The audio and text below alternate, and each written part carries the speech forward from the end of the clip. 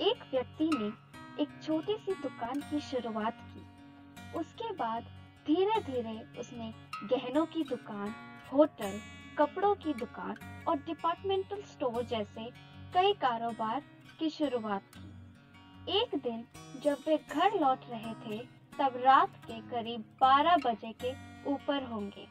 रोजाना की तरह दरवाजा खोलने के लिए उनकी पत्नी नहीं आई। उनके घर के नौकर ने ही दरवाजा खोला। उसे देखकर चेहरे के हाव भाव ही बदल गए। नौकर ने कहा, अचानक से मालकिन को चक्कर आ गया था। अस्पताल जाकर अभी 1 घंटे पहले ही आई हैं और अपने कमरे में सो रही हैं। क्यों, क्या हुआ? ऐसा पूछा तो नौकर ने जवाब दिया, डरने की कोई बात नहीं है साहब। डॉक्टर ने कहा है कि ब्लड प्रेशर है।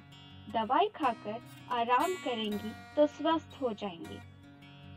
तुरंत मुझे फोन करके बोलना चाहिए था ना? ऐसा उस व्यक्ति ने पूछा। आपके बड़े बेटे ने आपको कई बार फोन किया, लेकिन आपका फोन स्विच ऑफ आ रहा था। तभी उस व्यक्ति को 8 बजे एक मीटिंग के कारण फोन का स्विच ऑफ करना याद आया। वह व्यक्ति जल्दी जल्दी से अपने पत्नी के कमरे में गए। उनकी पत्नी गहरी नींद में सो रही थी। वह व्यक्ति अपनी पत्नी का ध्यान न रख पाने के अफसोस के साथ वहीं खड़े थे। उनकी शादी होकर 25 साल से भी ज्यादा हो गया था। उन्हें अपने परिवार के संग बिताए गए हंसी खुशी के पल याद आए।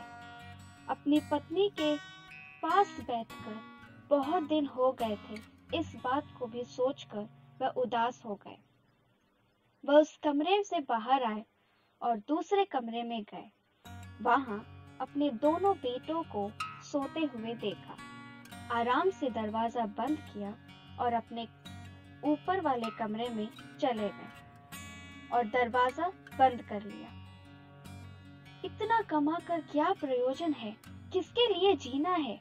अपने बच्चे, पत्नी के साथ समय भी नहीं बिता पा रहा। ऐसे कई विचार उनके मन में आए। अंत में उस व्यक्ति ने एक फैसला लिया कि अपने कारोबार को थोड़ा कम ध्यान देकर अपने परिवार के लिए, पत्नी के लिए और अपने बच्चे के लिए जीना है। ऐसे अपने आप से जब वह बात कर रहे थे, तब बिस्तर के पास वाले कुर्सी पर कोई बैठा हुआ दिखाई दिया। दरवाजा बंद करके ही तो आया था। यह कौन है? कैसे अंदर आए? कौन है आप? कैसे अंदर आए? उसने पूछा।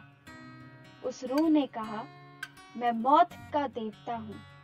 तुम्हें अपने साथ लेकर जाने के लिए आया हूँ। तब वह व्यक्ति बहुत घबरा गया। हे मौत के देवता, मैंने अभी अभी तो जीने का फैसला लिया है और अब आप मुझे लेने आए हैं। थोड़ा समय तो दीजिए। बहुत कुछ बोलकर वह गिड़गिड़ाया। अपने सारे धन दौलत को भी दे दूंगा बोला, लेकिन मौत के देवता के सामने कुछ न चला। वहां से बिना हिले उस व्यक्ति को साथ लेकर जाने के लिए वहीं बैठा रहा। बस 1 घंटे का समय दे दीजिए देवता। अपनी पत्नी और बच्चों के लिए कुछ जिम्मेदारियां मैं पूरा कर लूंगा।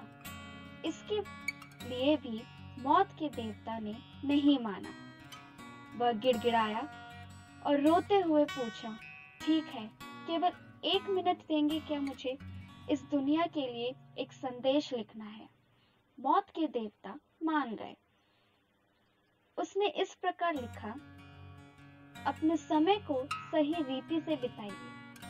अपने सारी दौलत संपत्ति को देकर भी मैं अपने लिए 1 घंटा नहीं खरीद पाया। यह आपके लिए एक सीख है। अपने हर 1 मिनट को बेकार में न गंवाएं, वरन अनुभव करके जिएं। तभी दरवाजे को जोर जोर से पीटने की आवाज आई। अचानक उसने अपनी आंखें खोली।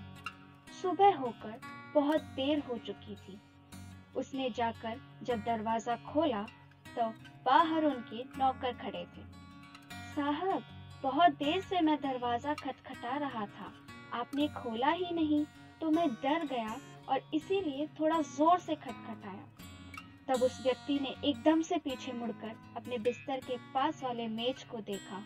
वहां पर उनका लिखा संदेश नहीं था, पेन और खाली कागज ही रखा हुआ था।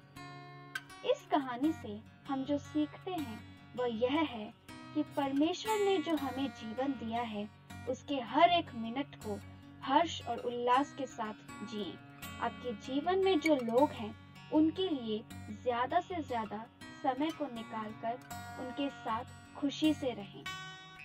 मरकुस 8 के 36वें वचन में लिखा है, यदि मनुष्य सारे जगत को प्राप्त करे और अपने प्राण की हानि उठाए तो उसे क्या लाभ। यहाँ पर प्राण का अर्थात आपका परिवार, बच्चे, पति, पत्नी आदि। जरा सोचकर सही राह पर चलें। धन्यवाद।